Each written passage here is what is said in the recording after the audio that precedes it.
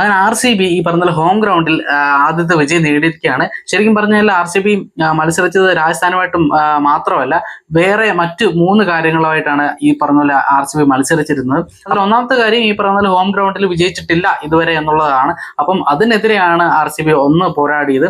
അതിൽ തീർച്ചയായിട്ടും ആ ഒരു വിജയം നേടിയത് RCBയുടെ കോൺഫിഡൻസ് ചില്ലറയൊന്നും അല്ലായിരിക്കും കൂട്ടാൻ പോകുന്നത്. അതെന്തായാലും വളരെ പോസിറ്റീവ് ആയിട്ടുള്ള ഒരു കാര്യമാണ്. ബാക്കി 2 കാര്യങ്ങൾ ഞാനൊരു ഈ പറഞ്ഞ വീഡിയോ ഇട്ടിട്ടുണ്ടായിരുന്നു.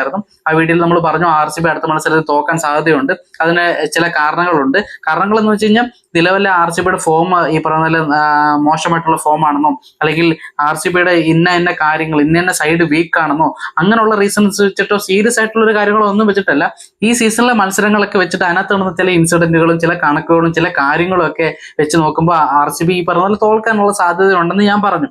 അല്ലാണ്ട് RCB ഈ പറഞ്ഞ പോലെ ജയിക്കണം എന്ന് ആഗ്രഹിച്ചിട്ടോ അല്ലെങ്കിൽ RCB തോക്കും എന്നുള്ള സീരിയസ് ആയിട്ടുള്ള പ്രഡിക്ഷൻ നടത്തുവോ അങ്ങനെയുള്ള സംഭവം ഒന്നും അല്ല നമ്മൾ ചെയ്തത്. വളരെ ഫണ്ണായിട്ട് തന്നെയാണ്. അപ്പോൾ RCB ഫാൻസിന് ഒരു ചലഞ്ച് എന്നുള്ള രീതിയിലാണ് നമ്മൾ പറഞ്ഞത്. കാരണം ഞാൻ എന്തുകൊണ്ടാണ് ഈ പറഞ്ഞ പോലെ തോക്കുമെന്ന് പറഞ്ഞത് എന്നുള്ള കാര്യം നിങ്ങൾക്ക് കണ്ടുപിടിക്കാൻ കഴിയുമോ എന്ന് പറഞ്ഞിട്ട് നമ്മളൊരു ചലഞ്ച് കൊടുത്തിരുന്നു. അപ്പോൾ വളരെ ജെന്യുവൻ ആയിട്ട് അപ്പം ഞാൻ ഈ RCB തോക്കുമെന്ന് പറഞ്ഞപ്പം അത് RCB ഫാൻസിന് ഒത്തിരി പേർക്ക് ഈ പറയുന്ന പോലെ ഇഷ്ടപ്പെട്ടില്ലായിരുന്നു.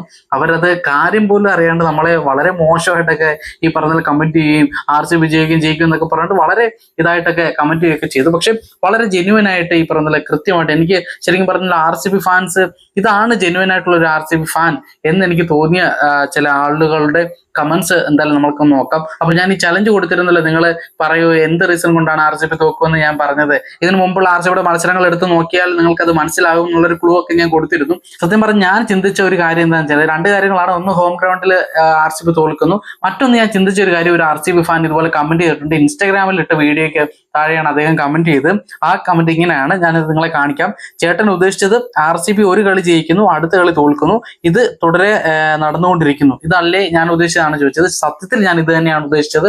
അപ്പൊ എന്തായാലും ആ ഒരു കാര്യം കണ്ടുപിടിച്ചത് ഈ ഒരു ആള് മാത്രമാണ് ഈ പറഞ്ഞ അങ്ങനെ ഒരു സംഭവം നോട്ടീസ് ചെയ്തതും നമ്മുടെ അടുത്ത് പറഞ്ഞത്. ബാക്കിയുള്ളവരെല്ലാം ചുമ്മാ ഈ പറഞ്ഞ RCB ജയിക്കും എന്നിട്ട് പറഞ്ഞിട്ട് എന്നെ കുറെ തെറി വിളിക്കുന്നു, കമന്റ്സ് ചെയ്യുന്നു. പക്ഷെ ഭയങ്കര രസമായിരുന്നു. ഞാൻ ഭയങ്കര എൻജോയ് ചെയ്തിട്ടാണ് ഈ പറഞ്ഞ കമന്റ്സ് എല്ലാം കണ്ടത്. അപ്പൊ എന്തായാലും ഞാൻ ഉദ്ദേശിച്ച കാര്യം തന്നെയാണ്. RCB ആദ്യത്തെ 2 മത്സരങ്ങൾ ജയിച്ചതിന് ശേഷം പിന്നീട് ജയിക്കുന്നു എന്ന് അങ്ങനെയാണ് വന്നത്. അപ്രകാരം വരുമ്പോഴത്തേനും രാജസ്ഥാനായിട്ടുള്ള മത്സരം, ഹോം ഗ്രൗണ്ടിൽ നടക്കുന്ന മത്സരം തോക്കാനുള്ള സാധ്യതയായിരുന്നു. അങ്ങനെ തോക്കും എന്നുള്ള രീതിയിലാണ് നമ്മൾ പറഞ്ഞത്. അല്ലാണ്ട് വേറെ രീതിയിലോ RCBയോടും ഈ പറയുന്ന പോലെ ദേഷ്യം ഉണ്ടായിട്ടോ അങ്ങനെയുള്ള രീതിയിലൊന്നും പറഞ്ഞതായിരുന്നില്ല. അതേപോലെ തന്നെ ഞാൻ ചിന്തിക്കാത്തൊരു കാര്യം, RCB തോൽക്കാൻ ഒരു സാധ്യത ഉണ്ടെന്ന് പറഞ്ഞിട്ട് യൂട്യൂബിലിട്ട് വീഡിയോയുടെ ഈ പറയുന്ന കമന്റ് സെക്ഷനിൽ ഒരാൾ വന്ന് കമന്റ് ചെയ്തു. അത് നമുക്ക് നോക്കാം.